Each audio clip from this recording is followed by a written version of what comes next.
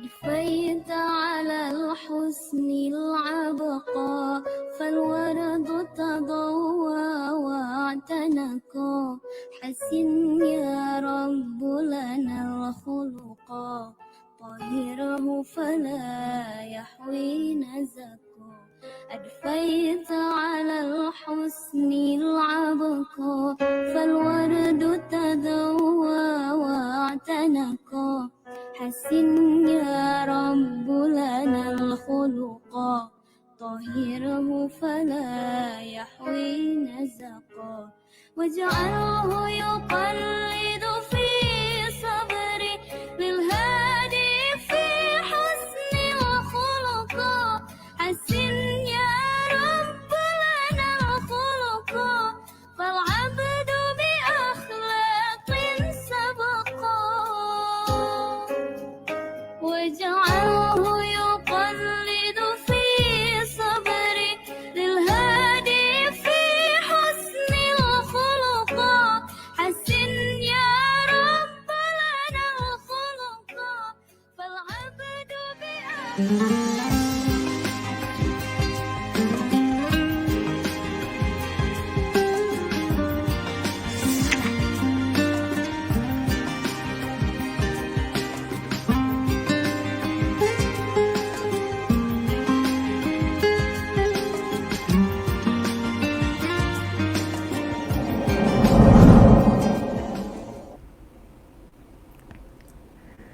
Bismillahirrahmanirrahim. Innal hamdalillah nahmaduhu wa nasta'inuhu wa nastaghfiruh wa na'udzu billahi min shururi anfusina wa min sayyiati a'malina.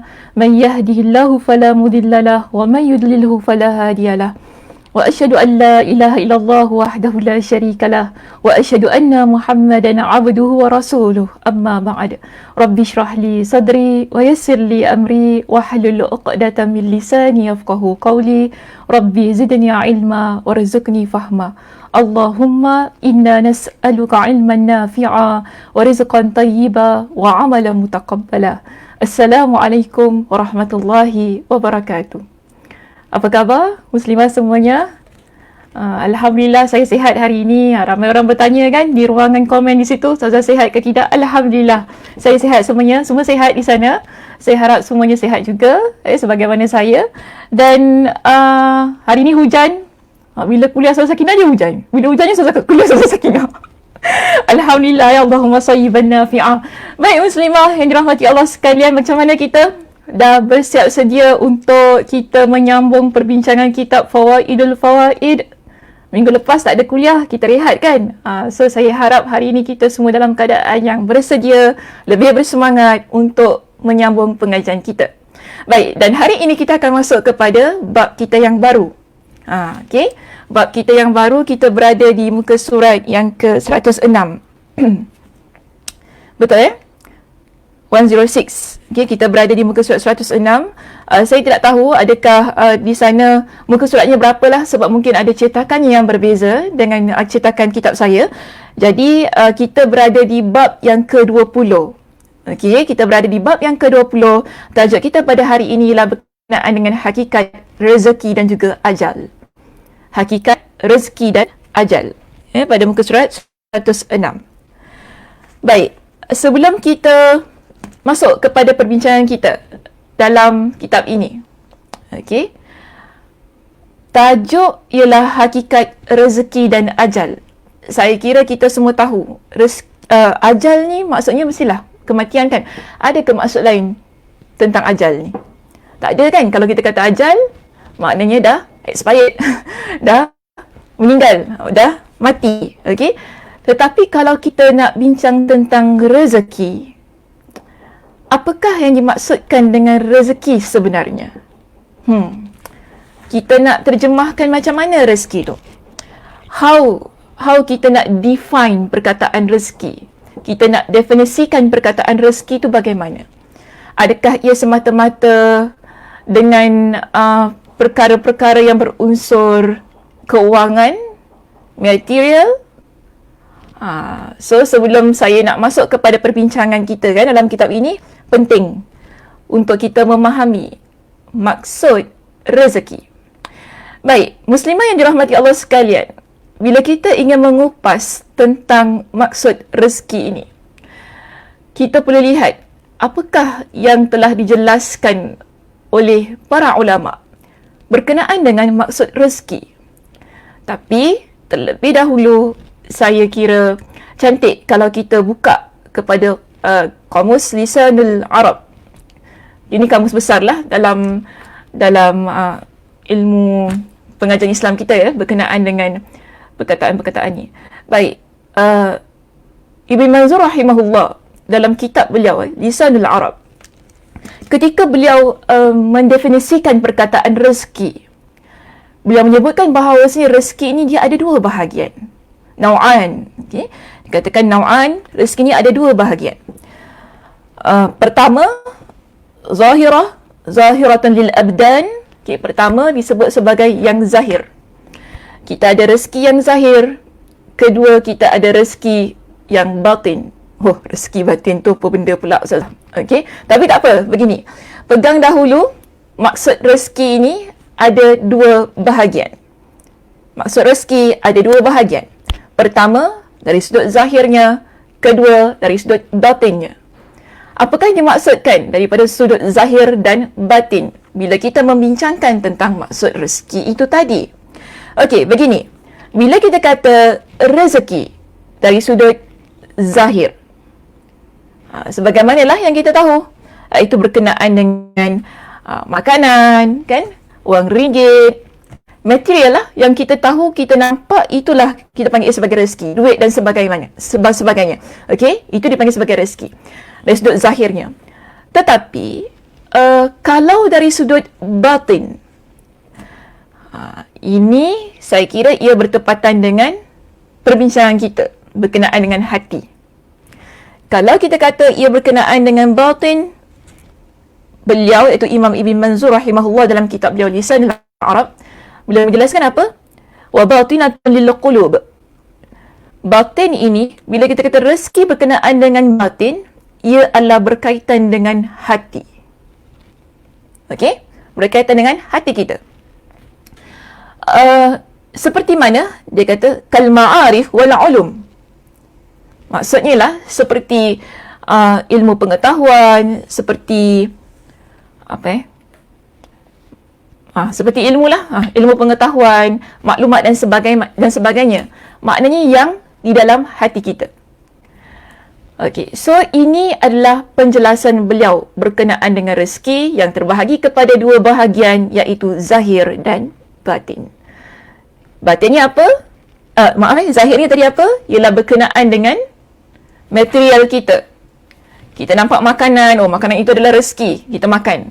Ada orang beri kita duit, alhamdulillah itu rezeki. Kita bekerja, kita dapat duit, itu rezeki. Okey?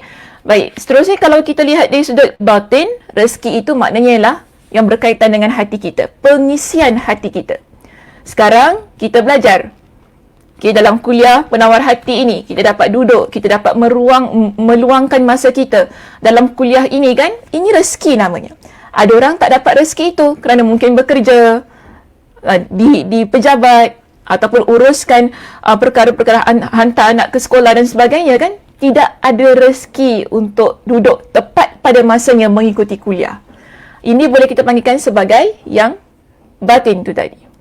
Baik, kalau kita rujuk dalam pendapat berkenaan rezeki ini dari sudut istilahnya, saya lebih cenderung untuk menjelaskan maksud ini secara umum. Okey? Iaitu kita kata begini, semua kebaikan dan semua kemaslahatan yang dinikmati oleh seseorang hamba, kita anggap ia sebagai rezeki. Boleh? Dapat salin? semua kenikmatan, semua kemaslahatan yang dinikmati oleh seorang hamba, boleh dianggap sebagai rezeki. Setiap apa yang kita ada, tak kiralah zahir ke, batin ke, yang berupa kemaslahatan, kebaikan, kita masukkan ia dalam rezeki yang Allah berikan kepada kita. Jodoh, itu rezeki Allah berikan kepada kita. Kan? Anak, rezeki yang Allah berikan kepada kita. Kebahagiaan, ia adalah rezeki yang Allah berikan kepada kita. Rumah, yes, ia adalah rezeki yang Allah berikan kepada kita. Ilmu, rezeki yang Allah berikan kepada kita. Nikmat kelapangan masa, itu adalah rezeki yang Allah berikan kepada kita. Jadi, maksud rezeki dalam konteks perbincangan kita pada hari ini, ia lebih cenderung kepada maksud yang luas. Okey, iaitu semua nikmat ataupun semua kebaikan, semua kemaslahatan yang dinikmati oleh seorang hamba dalam kehidupannya, kita masukkan ia dalam rezeki yang Allah berikan kepada kita. Boleh Muslimah? Saya harap ianya jelas. Okey? Saya harap ianya jelas. Baik. Cuma satu perkara yang ingin saya tekankan juga ya, tentang rezeki ini. Kita kena faham. Kita belum masuk lagi, yang ini baru mukadimah. Introduction dah panjang lebar sikit. Okey, sabar sikit. Kita perlu faham begini ya Muslimah. Setiap daripada diri kita, Allah sudah tetapkan dengan rezeki masing-masing. Kena ingat itu. Allah sudah tetapkan dengan rezeki saya yang tersendiri. Anda di sana, Allah juga sudah tetapkan dengan rezeki anda tersendiri. Apa yang saya ada, mungkin. Rezeki yang saya ada, mungkin. Ia tak sama sebagaimana rezeki yang Muslimah di luar sana ada. Rezekinya apa saya? Saya jadi ustazah. Itu rezeki saya. Okey. Ustazah Sakinah dia ustazah. Rezeki dia lah. Kita ni apa? Kita tak dapat jadi ustazah. Tak apalah. Kita sekurang-kurangnya dapat manfaat daripada ustazah. Itulah rezeki. Dan Allah berikan rezeki itu kepada saya. Sebab tu kita kata, rezeki antara saya dan semua orang adalah berbeza. Begitulah setiap manusia yang bernyawa. Kerana apa?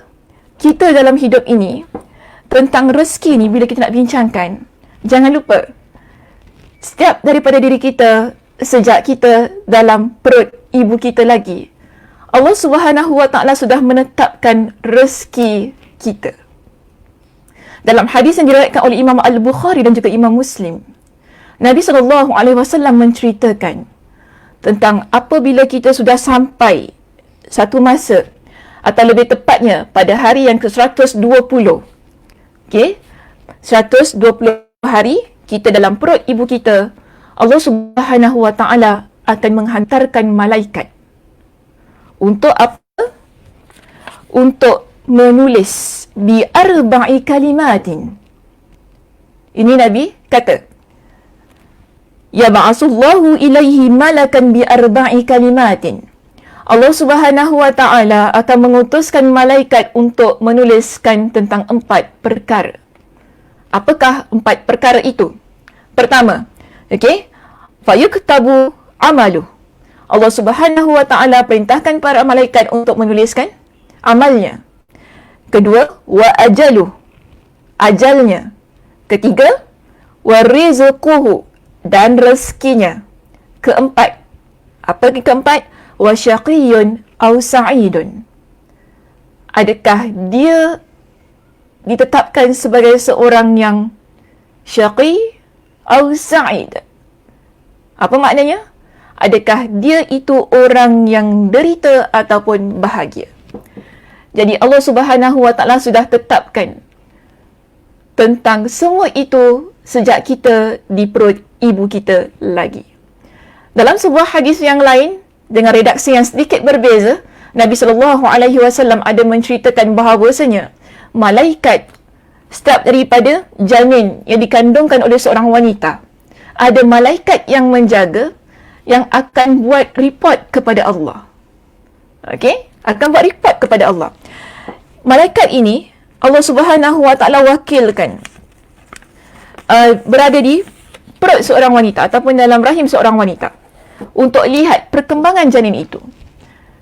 Bila dia dah berkembang daripada satu tahap ke satu tahap, kan? Malaikat akan beritahu kepada Allah, ya Allah, dia sudah menjadi seketul daging. Ya Allah, dia sudah menjadi segumpal darah. Ya Allah, dia sudah jadi apa yang perlu aku lakukan dengan janin itu. Kemudian malaikat akan tanya kepada Allah, fa idza arada Allahu an yaqdi khalqan qala ya rabbi adzakarun am untha. Jika sekiranya setelah dia menjadi segumpal darah tu, kan, segumpal daging itu, malaikat akan tanya kepada Allah, kalau Allah hendak teruskan jadi atau tidak janin itu untuk menjadi bayi, maka malaikat akan tanya kepada Allah, lelaki atau perempuan. Jantinanya sudah ditetapkan, lelaki atau perempuan. Kemudian malaikat juga akan tanya kepada Allah, asyaqiyun am sa'idun, adakah dia bahagia atau derita. Famar rizqu, malaikat tanya kepada Allah, rezekinya bagaimana, kan? Famal ajal, ajalnya juga bagaimana. Fayuktabu kadzalika fi batni ummi, maka semua itu ditulis di dalam perut ibunya. Jelas kepada kita menerusi dua hadis yang saya sebutkan itu tadi. Sejak kita di perut ibu kita lagi, Allah Subhanahu Wa Taala sudah tetapkan rezeki kita bagaimana. Okey, rezeki kita bagaimana.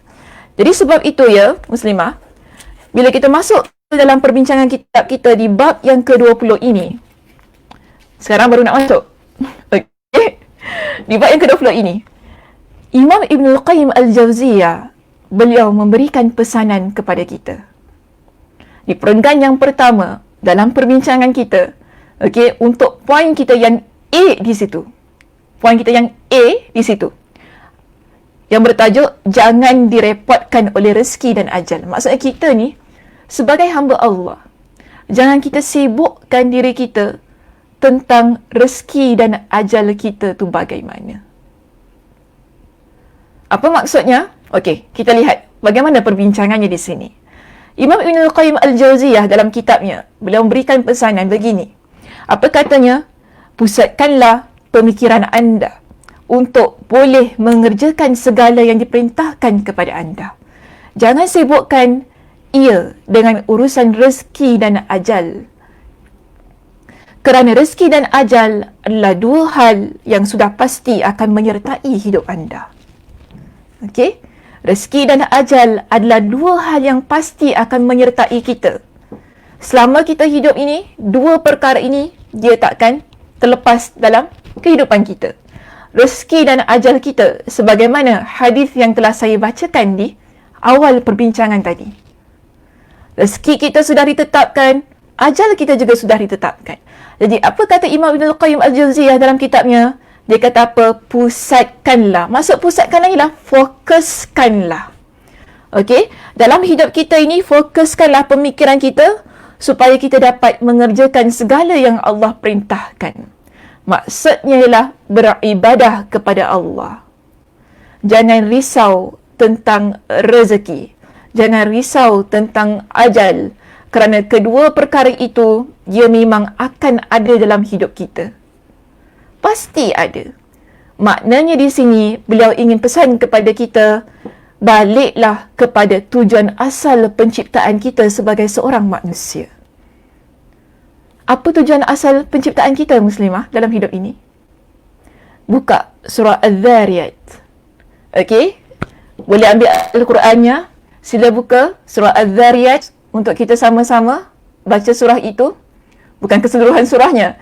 Lihat pada ayat 56 hingga 58. Okey? Buka surah Al-Dhariyat. Siapa yang ada apps Al-Quran, siapa yang ada Al-Quran, ada mushaf di sebelah ataupun di rumahnya, sila buka. Ambil Al-Quran, buka Al-Qurannya. Okay, Al-Quran terjemahan juga. Baik juga kalau untuk muslimah yang ingin baca terjemahannya. Apa kata Allah dalam surah Al-Dhariyat pada ayat yang ke-56? Allah ingatkan kepada kita tentang penciptaan asal kita ni, apa tujuannya? Adakah tujuan kita di atas muka bumi ini untuk bekerja 24 hours mencari rezeki? Adakah dalam kehidupan kita ini kita sibuk 24 hours, macam mana ya aku nak mati nanti macam mana aku mati, nak mati dekat mana? Plan. Nak mati dekat London ke? Nak mati dekat mana? Nak mati kat Mekah lah kan. Ramai orang saya nak mati kat Mekah. Yelah, mudah-mudahan ada rezekinya. Kan? Kita nak mati, tak perlu risau. Sebab itu adalah perkara-perkara yang di luar kuasa kita. Yang penting dalam kehidupan ini, sebagaimana yang dijelaskan oleh Imam Ibn Al-Qayyim pada perenggan kita yang pertama ini. Apa kata beliau? Ingat tentang bagaimana kita mengerjakan amal kita. Sebagaimana yang Allah Subhanahu Wa Taala ingatkan kepada kita dalam surah Az-Zariyat pada ayat yang ke-56. Apa kata Allah? Wa ma khalaqtul jinna wal ins illa liya'budun. Tidaklah aku menjadikan jin dan manusia melainkan untuk beribadah kepada aku. Allah ciptakan kita manusia. Okay, jin tu dia cerita lain lah Okay. Allah ciptakan kita sebagai manusia ini. Allah kata apa? Aku tak ciptakan kalian manusia ni melainkan untuk beribadah kepada aku.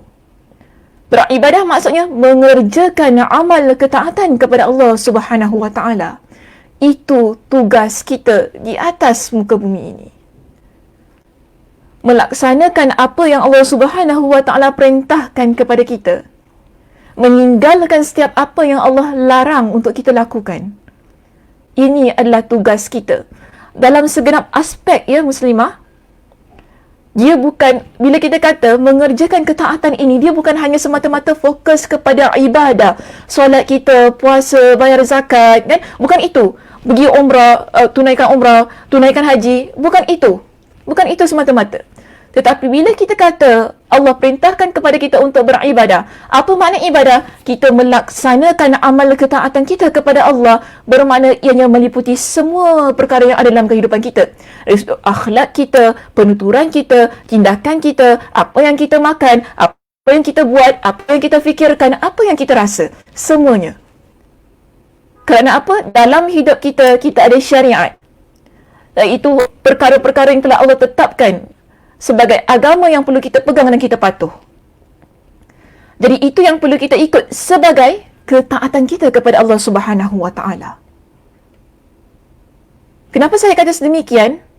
Kerana setiap aspek dalam hidup kita ini ada bentuk ketaatannya kepada Allah. Okey, ada bentuk ketaatannya kepada Allah. Sejak kita bangun tidur tadi untuk buat kalau siapa sempat qiyamul lail dia kan, sebelum solat subuh tadi, ia adalah bentuk ketaatan kita kepada Allah. Kemudian kita solat subuh, ketaatan kita kepada Allah. Kita baca zikir pagi, ketaatan kita kepada Allah. Kita nak siapkan sarapan untuk suami kita, untuk anak-anak kita kan, ia adalah ibadah. Yang bila kita buat ikhlas kerana Allah Subhanahu Wa Taala. Kita nak keluar rumah, kita baca doa, ia adalah ibadah. Sampailah kita malam nanti nak tidur. Okey? Kita nak tidur bagaimana tu? Kita ambil wuduk, kita baca doa, kan? Kita baca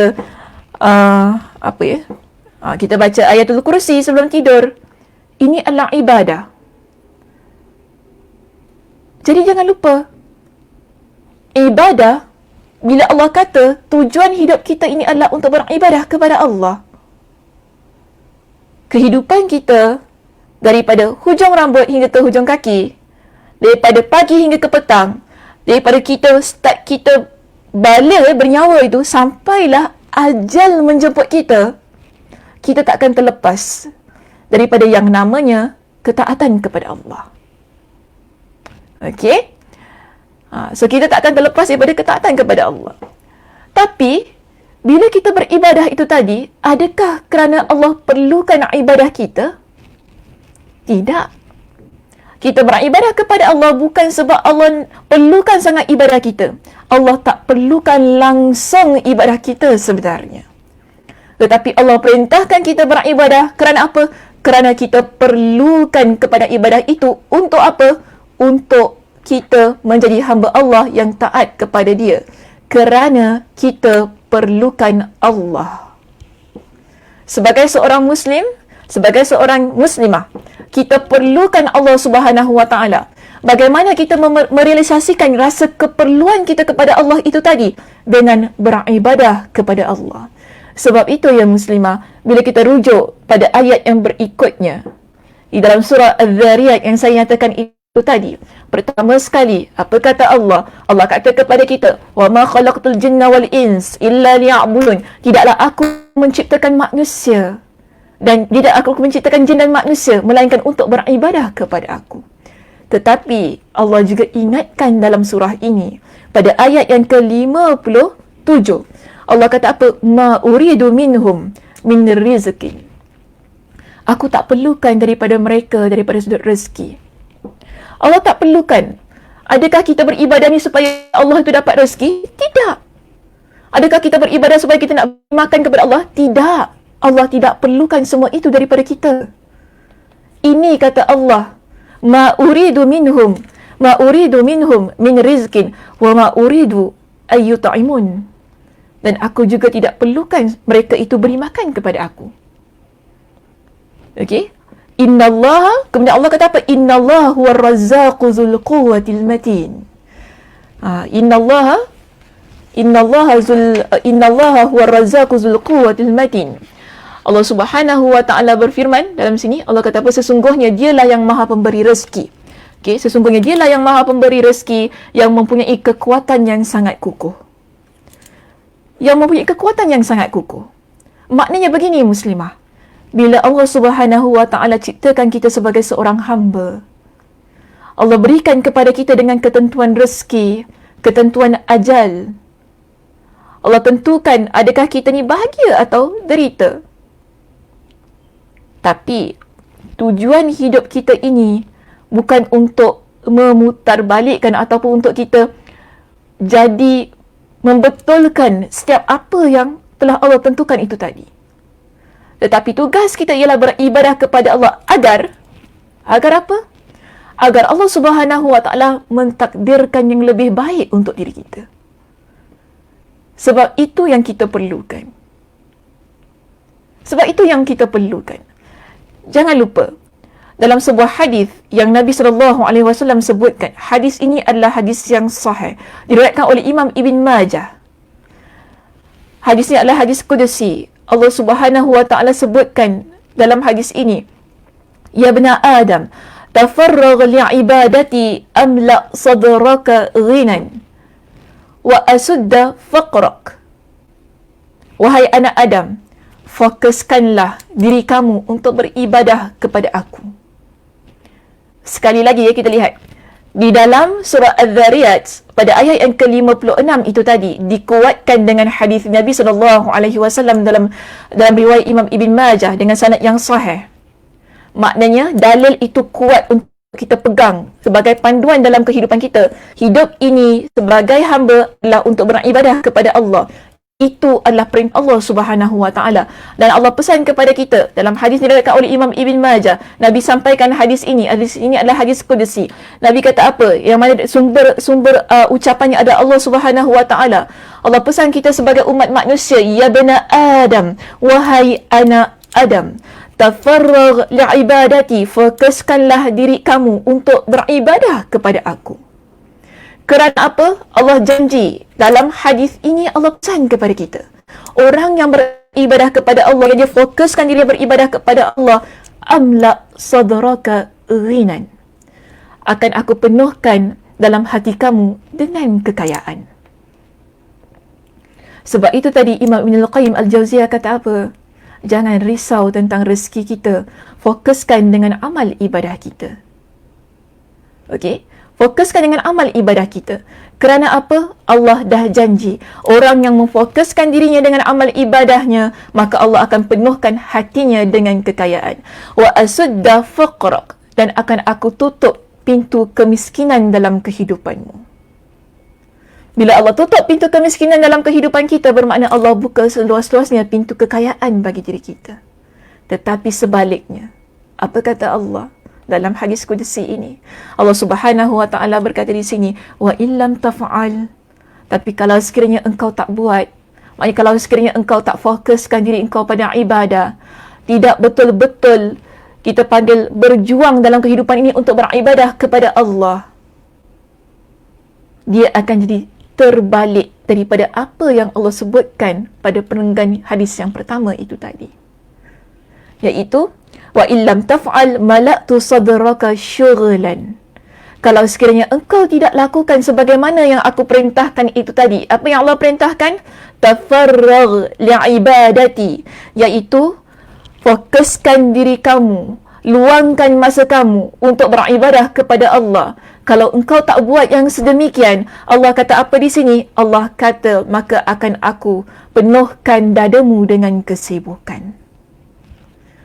Allah akan penuhkan dada kita ni, hati kita ni dengan kesibukan. Dan apa kata Allah lagi? Walam asudda faqrak. Dan tidak akan aku tutup pintu kefakiran ataupun pintu kemiskinan dalam diri kamu. Maknanya miskin. Miskin jiwa, miskin harta. Sebab itu begini ya muslimah.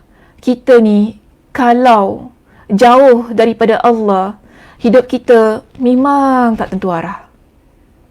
Hidup kita huru-hara. Kita akan sibuk fikir macam mana nanti kan rezeki saya macam mana gitu, macam mana gini kan. Kita sibuk, kita tak tenang. Siang dan malam kita akan fikir tentang rezeki. Maksudnya di sini bukan Imam Ibn Al-Qayyim Al-Jawziyah ataupun bukan agama kita, bukan Allah, bukan Nabi SAW. Okay, bukan kitab ini nak kata, duduklah Sakinah, kau duduklah, tunggu rezeki tu turun daripada langit. Tunggulah harta karun ke apa kan. Bukan begitu maksudnya. Jangan salah faham tetapi perbincangan ini. Maksudnya di sini usaha, tetap usaha. Tetapi adakah usaha kita itu 24 hours kita peruntukkan untuk usaha mencari rezeki? Kita risaukan sangat-sangat rezeki kita hingga kita melalaikan diri kita untuk beribadah kepada Allah. Itu maksudnya. Bila Allah Subhanahu Wa Taala perintahkan kepada kita beribadah, jangan lupa pekerjaan kita yang kita buat untuk mencari rezeki itu juga boleh menjadi sumber ibadah untuk diri kita. Ya, jangan lupa tentang itu. Kemudian, kita lihat begini. Dalam agama kita, tidak mengajarkan kepada kita agar kita ni duduk, kan? Berpeluk tubuh, tunggu rezeki datang. Musim-musim COVID ini kan, mungkin ramai orang yang tak ada kerjanya. Mungkin ramai orang duduk rumah, kan? Macam Ustazah Sakinah. Duduk rumah, kan? Tunggu kerja. Oh, hari ni tutup masjid tutup. Tak payahlah mengajar. Tunggulah masjid tu buka. Begitu. Tidak. Apa jadi pada saya kalau saya duduk tunggu masjid buka? Tahun depan agaknya mengajar. Maksud sini, bagaimana usaha kita? Tetapi, yang ingin Allah Subhanahu Wa Taala tekankan di sini, dalam keadaan kalian berusaha untuk mencapai rezeki itu tadi, jangan melalaikan ibadah kepada Allah. Jangan risaukan sangat tentang rezeki yang kalian usahakan. Sebab sudah ditentukan rezeki kalian itu bagaimana portionnya. Okay? Bagaimana bahagiannya. Bagaimana keadaannya. Kita ni, sebab tu cuba lihat pada perenggan kita yang berikutnya. Pada line kita yang berikutnya di situ. Setelah Imam Ibn Al-Qayyim, dia kata apa? Kan dalam kitab ini, kerana rezeki dan ajal adalah dua hal yang sudah pasti akan menyertai hidup anda. Okey, kita dah bincangkan dalam surah dalam hadis yang diriwayatkan oleh Imam Al-Bukhari dan juga Imam Muslim. Saya dah bentangkan dua riwayat. Okey, kemudian saya juga ada sebutkan berkenaan dengan hadis yang diriwayatkan oleh Imam Ibn Majah. Berkenaan dengan rezeki yang Allah Subhanahu Wa Taala tetapkan untuk orang yang beribadah dan sebagainya. Sebab itu, bila kita ni di samping kita bekerja, kita cari rezeki kita kan, rezeki yang halal itu tadi, jangan kita terlampau risau. Hari ni kerja, rezekinya apa? Hari ni kerja, nanti macam mana? Bila tak perlu kita risau tentang hal itu. Ada peluangnya, ada rezekinya. Kerana begini, dikatakan selama anda masih hidup, selama kita masih hidup, rezeki pasti datang menyapa. Rezeki itu pasti datang menyapa dalam kehidupan kita daripada pelbagai sudut dan keadaan. Sebab kita dah bincangkan tadi, maksud rezeki bukan hanya semata-mata dari sudut material, harta, keuangan. Bukan itu sahaja. Rezeki ini luas maksudnya. Dan Allah Subhanahu Wa Taala peruntukkan rezeki untuk diri kita dalam keadaan yang pelbagai macam. Tapi jangan sesekali, saya nak betulkan ya di sini, jangan sesekali kita memandang rezeki yang Allah tetapkan itu menafikan diri kita untuk berusaha ke arah yang lebih baik. Itu bukan ajaran agama kita. Nabi SAW kata apa kepada kita? Kita ni kena berusaha. Itu adalah terbaik daripada kita menjadi orang yang meminta-minta. Dalil itu menunjukkan kepada kita agama ini mengajarkan supaya kita ni usaha, kerja, ada rezekinya. Tapi setelah itu, apa yang Allah tentukan? Ini yang berbalik kepada perbincangan yang berkenaan dengan kita. Rezeki kita sudah Allah tentukan sejak dalam perut ibu kita lagi, kan? Hasil usaha itu bagaimana? Kadang-kadang kita bekerja, kan? Kita usaha cari kerja ataupun kita usaha bekerja, buat sesuatu. Namun tak sebagaimana yang kita inginkan hasilnya. Kerana rezeki kita bukan di situ. Sebab Allah tentukan rezeki kita pada tempat lain. Allah tentukan rezeki kita pada cara yang berbeza. Bukan dengan cara yang sedemikian. Jadi di sini, apa kata Nabi tentang orang yang bekerja? Nabi kata, orang yang keluar pada pagi hari. Hadis riwayat Imam Al-Bukhari. Saya ambil mafhumnya begini. Orang yang keluar pada pagi hari, dia pergi hutan, kan? Kemudian cari kayu. Dan cari kayu tu, dia pikul kayu itu di belakangnya. Kemudian dia jual kayu tersebut. Yang mana dengan jualan, hasil penjualan tersebut, dia dapat bersedekah, dia dapat menafkahkan ahli keluarganya. Itu lebih baik daripada dia meminta-minta. Ini bukti bahawasanya agama kita mengajarkan kepada kita bukan hanya duduk berpada menunggu rezeki datang kepada kita. Tetapi Nabi SAW mengajarkan kepada kita, di samping kita yakin rezeki itu adalah daripada Allah, kita sebagai hamba Allah perlu berusaha. Kerana apa? Rezeki takkan datang bergolek. Okey? Rezeki takkan datang bergolek dalam kehidupan kita. Dia mesti diikuti dengan usaha. Kemudian bagaimana Allah tentukan hasil rezeki itu tadi? Ialah atas kehendak Allah Subhanahu Wa Taala, atas ketentuan Allah Subhanahu Wa Taala. Yang penting kita usaha. Macam kita, kan? Mungkin ada antara kita yang baru graduate, baru habis belajar, cari kerja. Itu usaha namanya. Kita pergi kepada sektor yang A ni, kan, pergi interview dan sebagainya, tunggu reply tunggu, tak diterima. Maknanya itu bukan rezeki kita di situ. Kita pergi tempat B, C, tak diterima juga, bukan rezeki kita di situ. Sebab itu di sini, apa kata Imam Ibn Al-Qayyim Al-Jawziyah pada perenggan dan pada baris kita yang terakhir itu, beliau kata begini, apabila Allah dengan hikmahnya menutup satu pintu rezeki, nescaya dia akan membukakan lagi bagi anda dengan rahmatnya pintu rezeki yang lain. Bila Allah tutup satu pintu rezeki, kita ada pintu rezeki yang lain yang akan Allah buka untuk kita. Sebab itu kita perlu berusaha. Sebab itu kita perlu berusaha untuk mendapatkan rezeki tersebut. Kalau kita tak dapat apa yang kita hendak tentang rezeki itu tadi, bagaimana? Apa yang perlu kita buat? Adakah kita perlu nangis, salah kenapa tak dapat? Engkau lah yang salah sebab aku tak dapat kerja ni. Apa ni? Dia dapat kerja sebab biasalah kroni dah apalah, kan? Ada orang dalam dah apa. Bukan gitu. Maknanya tempat itu mungkin tak baik untuk kita. Allah dah tentukan rezeki kita di tempat yang lebih baik, dan juga rezeki yang lebih baik untuk kita. Sebab itu dia pesan di sini, kalau satu pintu rezeki tertutup, ada pintu rezeki lain yang terbuka untuk kita. Okey? So, kita sekarang ini, ya muslimah, bagaimana usaha kita dalam mencari rezeki yang kita yakin bahawasanya telah Allah tetapkan dalam kehidupan kita.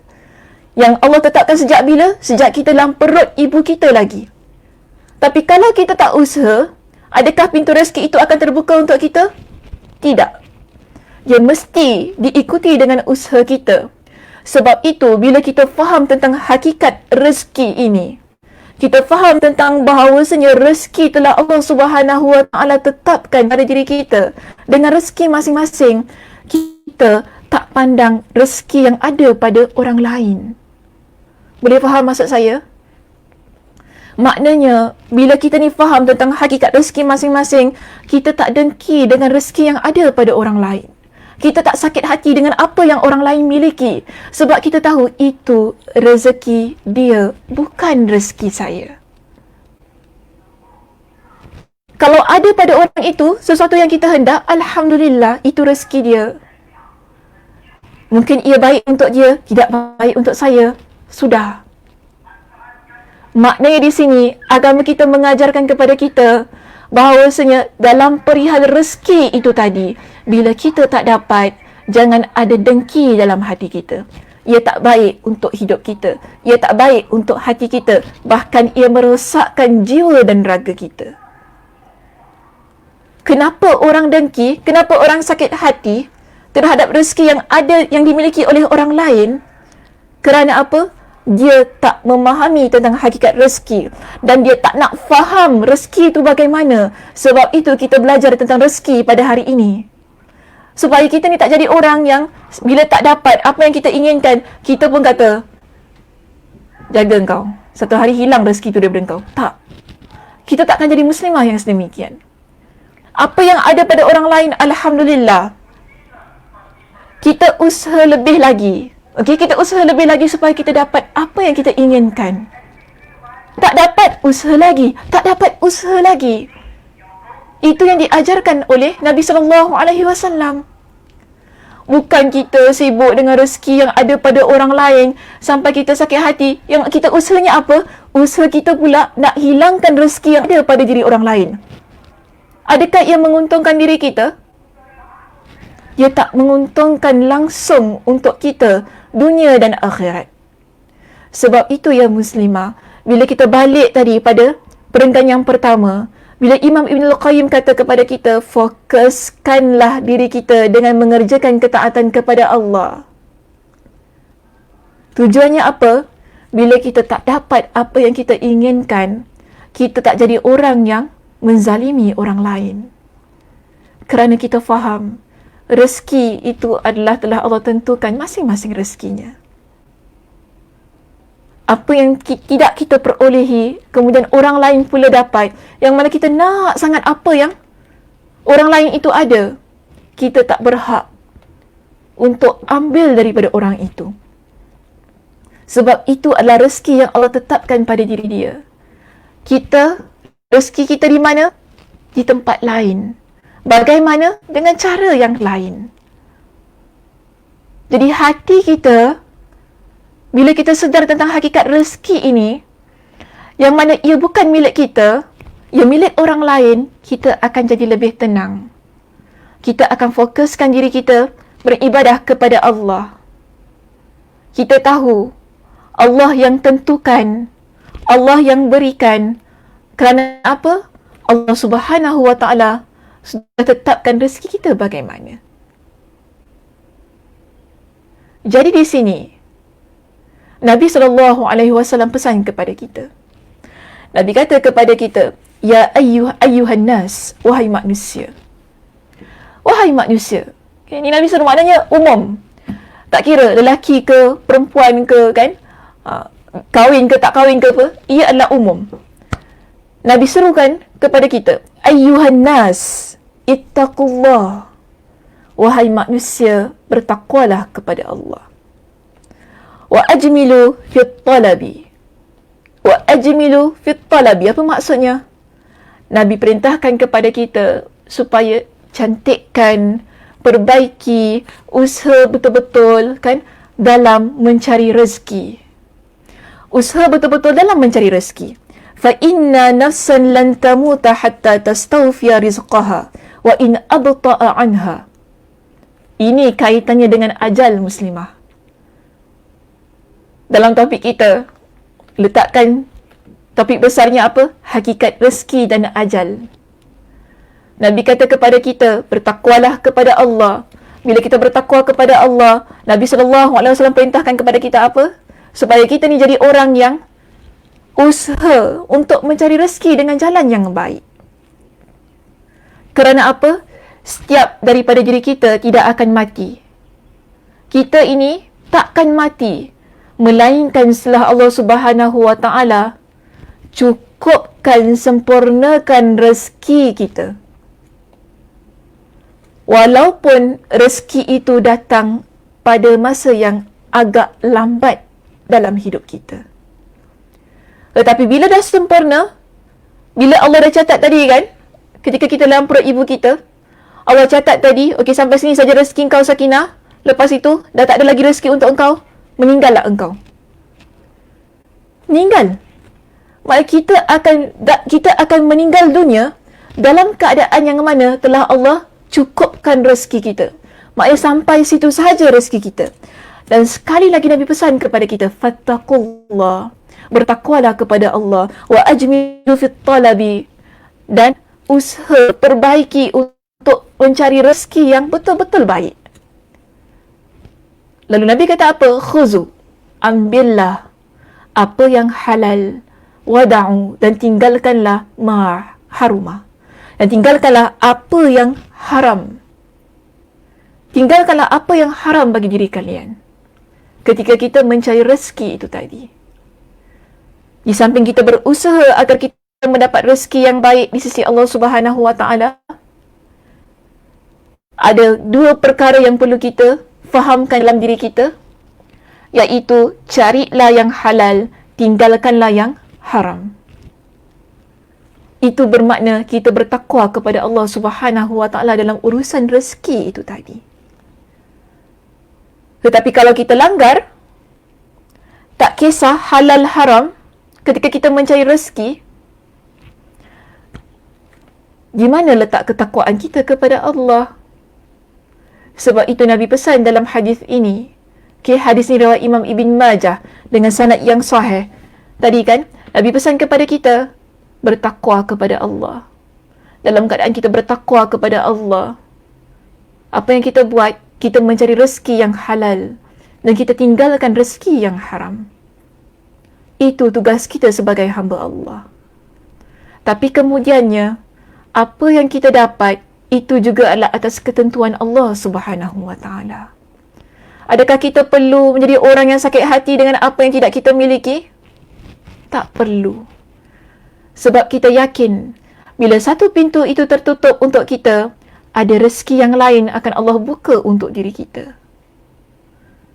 Perlukah kita berusaha untuk menghilangkan rezeki yang diperoleh oleh orang lain? Tak perlu juga. Sebab apa? Kita faham, setiap daripada diri kita, Allah Subhanahu Wa Taala sudah tetapkan rezeki masing-masing. Ada yang Allah lebihkan rezekinya dan ada yang Allah kurangkan rezekinya. Itu telah Allah Subhanahu Wa Taala sebutkan dalam Al-Quranul Karim. Dalam surah An-Nahl pada ayat yang ke-71, apa kata Allah? Wallahu faddala ba'dakum ala ba'din fir rizqi. Dan Allah Subhanahu Wa Taala telah melebihkan sebahagian kalian di atas sebahagian kalian dalam urusan rezeki. Maknanya ada rezeki yang Allah lebihkan pada hambanya, ada rezeki yang Allah kurangkan pada hambanya. Mungkin kita kata, tak ada lah Ustazah macam tu. Allah bagi je lebih, Allah bagi saya kurang. Bukan begitu muslimah. Jangan lupa, Allah yang ciptakan kita. Allah tahu kelemahan kita di mana. Allah tahu juga kelebihan kita di mana. Mungkin kalau Allah lebihkan rezeki kita, kita jadi orang yang seperti Qarun. Wallahu a'lam, siapa tahu. Kan? Mungkin bila Allah lebihkan rezeki kita, kita jadi orang yang tidak bersyukur kepada Allah. Kita melalaikan amalan ibadah kita. Kenapa Allah lebihkan rezeki untuk orang itu? Kerana Allah tahu kelebihan dia. Bila dia lebih dari sudut rezekinya itu tadi, dia jadi orang yang menginfakkan hartanya ke jalan Allah Subhanahu Wa Taala. Sebab itu tentang urusan rezeki ini kita tak tahu bagaimana. Yang kita tahu sekarang ini, usaha kita. Usaha yang bagaimana? Halal ataupun haram yang kita buat. untuk mendapatkan rezeki itu tadi. Tapi apa yang kita dapat setelah kita usaha, kan, dari sudut yang bagaimana, jumlahnya bagaimana, itu adalah ketentuan yang telah Allah tetapkan. Mungkin kita dapat lebih, mungkin kita dapat kurang. Kalau kita dapat lebih, apa yang perlu kita buat? Bersyukur kepada Allah. Kalau kita dapat kurang, apa yang perlu kita buat? Kufur kepada nikmat Allah? Tak nak solat? Tak nak buat amal ketaatan? Bukan begitu. Lebihkan ketaatan kita kepada Allah. Lebihkan ketaatan kita kepada Allah. Kerana ketaatan kepada Allah itu sebenarnya yang menjadi punca kita mendapat rezeki yang luas. Ketaatan kita kepada Allah yang menjadi punca Allah tutup setiap ruang-ruang kemiskinan yang ada dalam diri kita. Jadi sebab itu jangan sesekali kita meninggalkan ketaatan kepada Allah. Walaupun ianya berkaitan dengan rezeki. Kerana hati kita akan menjadi hati yang tenang. Hati kita akan menjadi hati yang lebih bahagia bila kita fokuskan ia kepada Allah. Okey muslimah, itu sahaja perbincangan kita pada hari ini. Saya buka kepada sesi soal jawab. Jika sekiranya di sana ada sebarang persoalan yang ingin diajukan, dipersilakan.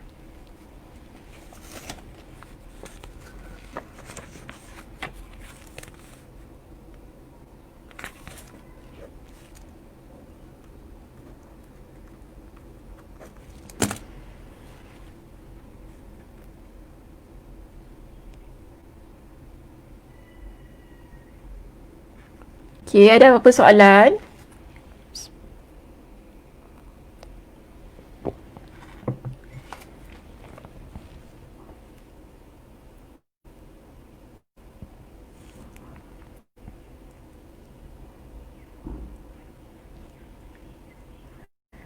Ya, betul. Surah Az-Zariyat ayat 56. Okey, boleh sambung sekali ya. Yani, Surah Az-Zariyat pada ayat 56 hingga 58. Lagi lebih cantik perbincangannya kalau dapat disambung.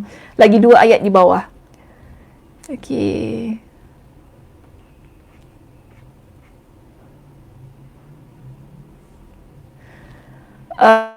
Daripada Arisa Maisara. Salam Ustazah, ada tip untuk elak dari evil eye? Masya Allah. Ini nak cakap soalan ni susah ke senang? Dia pendek. Tapi bincang nak panjang juga ni.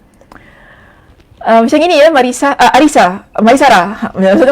Arisa Maisara. Okey, Arisa, terima kasih atas soalannya. Kita memang susah untuk elakkan diri kita daripada terkena evil eye itu tadi. Atau dalam bahasa Arab kita panggil ia sebagai penyakit ain. Okey, dalam bahasa Arab kita panggil ia sebagai penyakit ain.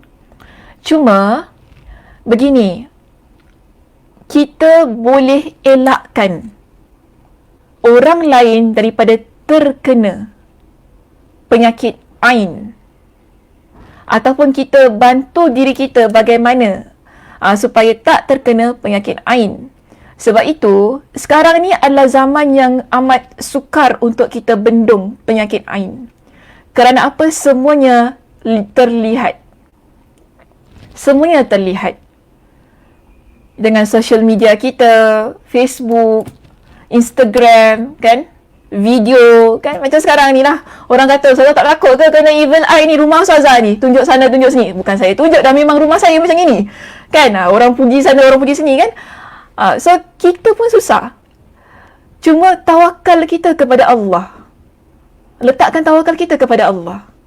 Yang penting, kan? Dinding diri kita dengan zikir pagi dan petang. Okey, itu yang boleh saya ajarkan. Dinding diri kita dengan zikir pagi dan petang.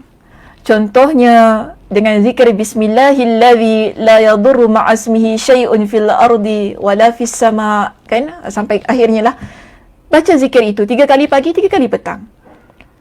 Apa kata Nabi SAW? Sesiapa yang membaca zikir tersebut, maka tidak akan ada perkara yang memudaratkan diri dia, akan menimpa pada dia pada hari itu. So, kita boleh amalkan zikir-zikir yang Nabi SAW ajarkan. Contohnya zikir La ilaha illallah wahdahu la syarikalah lahul mulku wa lahul hamdu wa huwa ala kulli syai'in qadir. Kan? Zikir itu yang mana dibaca 100 kali pada setiap hari, antara perkara yang boleh manfaat ataupun keutamaan zikir tersebut, apa kata Nabi? Dia ada 4 manfaatnya. Pertama, mereka yang baca zikir itu, Allah Subhanahu Wa Taala berikan pahala kepadanya sebagai orang, seperti mana orang yang membebaskan 10 orang hamba. Kedua, Allah Subhanahu Wa Taala tuliskan untuknya dengan 100 kebaikan. Ketiga, Allah Subhanahu Wa Taala hapuskan padanya 100 keburukan. Keempat, Allah Subhanahu Wa Taala lindungi dia daripada gangguan. Okey, Allah lindungi dia daripada gangguan syaitan, termasuk evil eye itu tadi. Jadi di sinilah bagaimana tawakal kita kepada Allah, kan, setelah kita melalui kehidupan kita dalam keadaan yang mana penuh situasi dilihat ini, orang lihat itu, orang lihat ni, bimbing diri kita dengan zikrullah itu tadi, zikir-zikir kepada Allah. Dan satu perkara ya saya ingin tekankan di sini, kita antara cara untuk kita elakkan kita terkenakan seseorang dengan evil eye itu tadi ialah bila kita nak puji dia walaupun dalam hal-hal yang baik, dahului dengan nama Allah. Kan, Masya Allah, Tabarakallah, Subhanallah, kan, puji, ucap nama Allah, ucap dulu zikir kepada Allah, kemudian baru kita puji orang itu. Ini adalah yang Nabi SAW ajarkan kepada kita. Bila kita nak puji seseorang, ucap dulu nama Allah, baru kita puji dia. Jangan main puji-puji, cantiknya Ustazah Sakinah, na'udzubillahi min zalik, cantiknya Ustazah Sakinah, dia kan, Allah senyumnya manis saja kan dia kan. Sebelum nak puji-puji ni semua, Subhanallah, cantiknya Ustazah Sakinah, macam tu lah puji. Contoh je. Dia orang kata perasan pula Ustazah Sakinah ni naik lip pijat sendiri. Dah memang betul pun kita naik lip pijat sendiri, dah tak ada orang nak puji kita. Okay, so kita begitulah keadaannya. Bila kita puji sesuatu, nak puji sesuatu, kita ucapkan dahulu dengan nama Allah. Sebab hal ini berlaku di kalangan sahabat. Tak silap saya, sahabat tu nama Sahal ke Suhail? Kan, Sahal ni dia handsome.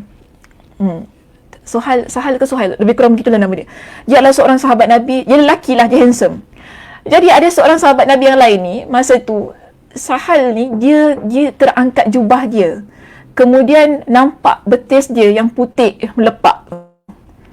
Ada seorang sahabat yang lain kata apa, aku tak pernah nampak betis yang secantik ataupun seputih, ni mafhumnya saya ambil ni, yang seputih ataupun yang secantik betis Sahal ini.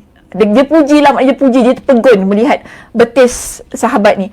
Jadi Sahal dia jatuh sakit. Ini bahayanya evil eye ni ataupun penyakit ain ni. Dia boleh menyebabkan kita jatuh sakit.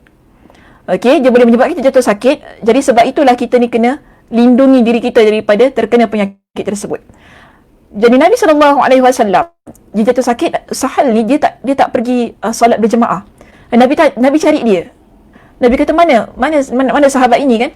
Kemudian mereka pun kata kepada Nabi, dia sakit. Wahai Rasulullah, dia demam, dia sakit. Jadi Nabi SAW pergi ke rumah dia bersama dengan beberapa sahabat yang lain. Lalu Nabi kata, bila Nabi tengok dia, Nabi kata begini, siapakah di kalangan kalian, sekejap ya, bunyi ni, aeroplane pula, bising. Bagi dia lalu dulu.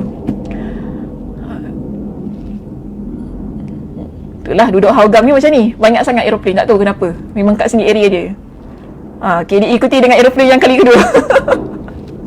Okay, begini. So, bila Sahal ni sakit tadi kan, Nabi datang ziarah dia. Bila Nabi datang ziarah dia, Nabi pun kata kepada para sahabat, siapakah di kalangan kalian yang ingin menimpakan kematian ke atas sahabatnya? Lalu mereka pun ceritakan kepada Nabi apa yang berlaku, pujian-pujian tu kemudian. Lalu Nabi pun kata kepada sahabat yang puji itu kan, Nabi suruh dia ambil wuduk. Okey, Nabi suruh dia ambil wuduk. Kemudian Nabi Nabi perintahkan Sahal supaya mandi daripada bekas air wuduk sahabat yang puji tu. Dan Alhamdulillah, dia pulih daripada sakitnya. Dia pulih daripada sakitnya. Cuma persoalannya kita sekarang ni, isunya kita sekarang ni, kita tak tahu siapa yang evil eye-kan kita. Kalau kisah tadi, kita tahu. Kan ia berpunca daripada seorang sahabat tu lah yang puji dia. Maknanya jelas kisah itu. Bolehlah. Sekarang ni, masalah kita tak tahu. Sebab itu, bila dalam keadaan kita tak tahu ini, kita pun bimbang, kita pun ucapkan sesuatu yang boleh menyebabkan kawan kita sakit dan sebagainya. Cuma di sini jangan, sebab ramai orang selalu tanya saya, macam mana dia boleh sakit Ustazah Macam mana dia boleh kena ke apa Adakah sebab dia tu buat sihir ke apa? Tak. Allah, sekali lagi. Pukul 12 macam tu. Evil eye ni bukan semata-mata dia tu dengki kepada kita. Tidak. Ada juga jenis yang mana dia memang puji kita. Puji kita bukan kerana dengki, tapi kerana takjub. Dia kerana takjub. So beginilah, dua-dua keadaan. Kita dinding diri kita sama ada terkena evil eye yang jahat ataupun evil eye yang terpegun takjub tadi kan, kerana kebaikan tu tadi.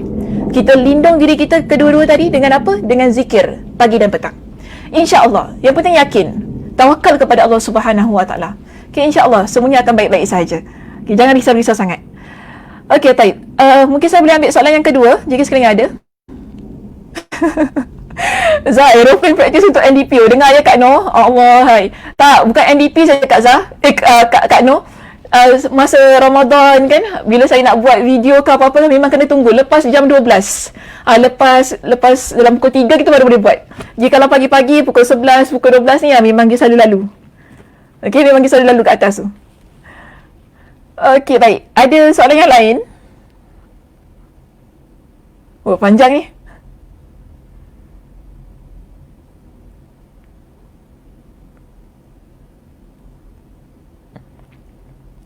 Okey, baik. Kita ada soalan daripada Sabrina Nasir. Assalamualaikum Ustazah. Waalaikumsalam warahmatullahi Sabrina. Apa pandangan Ustazah jika seseorang rajin mencari rezeki, bekerja keras tetapi teramat lokek dan mengira dengan orang yang di bawah jagaannya? Adakah itu perasaan yang tidak puas dan tidak cukup, maka rezeki tak berkat? Begini Sabrina, tanya pendapat saya ya, tanya pandangan saya. Kita, bila Allah Subhanahu Wa Taala berikan rezeki kepada kita, jangan lokek terutamanya kepada orang yang di bawah tanggungan kita. Contoh isteri, anak-anak, ibu bapa kita, mungkin adik-beradik kita kan. Cuma mungkin berkira tu ialah kerana dia adalah orang yang memikirkan masa depan. Okey, saya nak ambil sudut yang positifnya di sini, Sabrina. Mungkin berkiranya orang itu tadi sebab dia fikir kan, ini dia nak simpan untuk hari-hari sukar. Mungkin ada orang begitu. Tapi mungkin ada orang walaupun dia dah simpan untuk hari-hari sukarnya, tetap pelokek juga. Cuma di sini, bila kita menjadi orang yang tadi mengenepikan sedikit kewangan kita untuk hari-hari sukar kita kan, okey, kalau rezeki yang ada yang selebihnya itu, terbaik ialah kita berikan kepada isteri, kepada anak-anak kan, untuk keperluan harian lah. Maksud di sini mungkin yang Sabrina maksudkan di sini lah, dia terlampau berkira sampai kan nak beli kicap pun berkira, nak beli beras pun berkira ke apa kan. So mungkin di situ problem. Kalau begitu keadaannya, itu tak elok. Kan? Tak elok, maknanya tak bagus. Sebab begini, kita apa-apa yang kita ada, Nabi SAW pesan kepada kita, rezeki yang kita ada perlu didahulukan dengan orang yang kita tanggung. Abda biman ta'ul, tak silap saya. Biman. Abda biman ta'ul atau bima ta'ul. Ya, sudut perkataan tu saya tak berapa pasti. Tapi Nabi kata apa? Ibda bima ta'ul atau biman ta'ul. Dahulukan, bila kita ada rezeki ni, kan, dahulukan kepada orang yang menjadi ataupun orang yang berada di bawah tanggungan kita. Maknanya di sini Nabi nak pesan kepada kita, bila Nabi kata ibda' tadi, biman ta'ul atau bima ta'ul, hendaklah kalian bila ada rezeki lebih, ada rezeki yang kalian miliki, rezeki itu perlu diberikan kepada orang yang ada di bawah tanggungan kalian. Itu aturannya dalam menafkahi. Okay, dalam kita memberikan nafkah. Bukan kita dulu kan member kita kat tempat kerja dulu kan, makcik cleaner ke apa kan, masa mak kita kat rumah tak makan. Bukan gitu. Tapi di sinilah bagaimana kita ni mendahulukan orang yang ada dalam rumah kita ataupun orang yang di bawah tanggungan kita. Cuma dia kena berkira tu mesti berkira tu mesti. Maknanya taklah kita mesti habiskan sampai dah tak ada duit langsung kerana mengikuti perintah Nabi itu tadi. Tidak begitu. Cuma di sini bagaimana kita menjadi orang yang betul-betul menjaga plan kewangan kita. Saya mungkinlah boleh lihat daripada sudut yang lebih baik di sini, yang lebih positif. Untuk orang yang kerja keras mencari rezeki tapi dia lokate tu kan, mungkin dia simpan rezeki itu untuk masa-masa sukar. Sebab ada suami yang begitu. Jangan marah ya, saya sebut nama suami di sini. Kalau tiba-tiba ada suami-suami dengar kan marah pula. Kata Saudara Sakinah ni cakap kita pelokeh. Tidak, bukan begitu. Mungkin ada suami yang mana saya pun tak menafikan isterinya saya nak belanja je. Itu masalah juga. Minta itu, minta ini. Sampai suami terpaksa jadi pelokeh. Okey, suami terpaksa jadi pelokeh. Maknanya dia lihat apa yang isteri nak. Adakah satu keperluan ataupun keinginan. Itu pun kena difikirkan juga. Adakah apa yang isteri nak tu satu keperluan ataupun keinginan? Kadang-kadang isteri ni minta itu hanya satu bentuk keinginan. Anak-anak nak semua ni, mak kita nak tu, mak kita nak ini, dia adalah keinginan dia, bukan keperluan dia. Jadi mungkin sebab itu dia lokek lah. Dia lokek sikit kan? Dia lokek sikit. Lokek sangat dia berkira, dia tengok, ni perlu ke tidak? Kalau tak perlu tak? Dia kata tak payahlah. Tak payahlah yang tak apalah, tunggu nanti. Benda ni rosak baru kita ganti. Mungkin ada orang yang sedemikian. So, kita kena lihat ada sudut yang begitu juga. Okay, tapi kalau betul diperlukan barangnya untuk dibeli ataupun diperlukan kewangan tu tadi, sudut kewangan tadi kan untuk kemaslahatan kita, untuk perbelanjaan dan sebagainya, tak wajar. Setelah kita bekerja keras, kemudian kita lokek pula untuk berikan kepada orang yang kita tanggung. Jadi pertimbangkanlah ya daripada dua sudut yang saya berikan itu tadi. Mungkin bukan lokek, mungkin hanya sekadar melihat daripada mana sudut keperluan itu tadi. Okey, itu sahaja untuk hari ini Muslimah. Minta maaf ya, saya tak boleh nak jawab untuk semua soalan. Kalau mungkin ada soalan lain yang diberikan, seletar camp, seletar airport. Ya betul, yes. Seletar camp, seletar airport kat sana. Itu yang aeroplan ni hujan ni, dia berhentilah tu.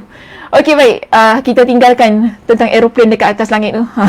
Yang boleh lega tu kan. Baik, so hingga di sini sahaja Muslimah perbincangan kita pada hari ini. Saya ucapkan terima kasih kepada semua yang telah mengikuti kuliah di Masjid Darul Ghufran.